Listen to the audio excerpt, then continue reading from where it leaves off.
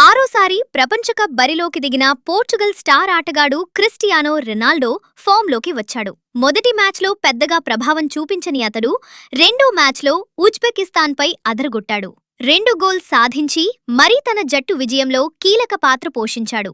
దీంతో 6 world cup goals సాధించిన ప్లేయర్గా నిలిచాడు. పోర్చుగల్ 5-0 తేడాతో ఉజ్బెకిస్తాన్పై గెలిచిన అనంతరం రొనాల్డో ప్రెస్ కాన్ఫరెన్స్లో మాట్లాడాడు. అయితే అక్కడ అతడి ఎదుట అర్జెంటీనా స్టార్ లియోనెల్ మెస్సీ గురించి ప్రశ్నలు ఎదురుకావడంతో కాస్త అసహనానికి గురయ్యాడు. ఇప్పుడు ఆ వీడియోలు సోషల్ మీడియాలో వైరల్గా మారాయి. అసలేం జరిగిందంటే, ప్రెస్ కాన్ఫరెన్స్లో ఓ జర్నలిస్ట్ ప్రశ్న అడుగుతూ, నిన్న లియోనెల్ మెస్సీ 2 గోల్స్ చేశాడు, ఎంబాపే కూడా అని అడిగేలోపే రొనాల్డో తన తలను మరోవైపు తిప్పేశాడు. మరో ప్రశ్న అడగమని వేరే రిపోర్టర్కు సూచించాడు.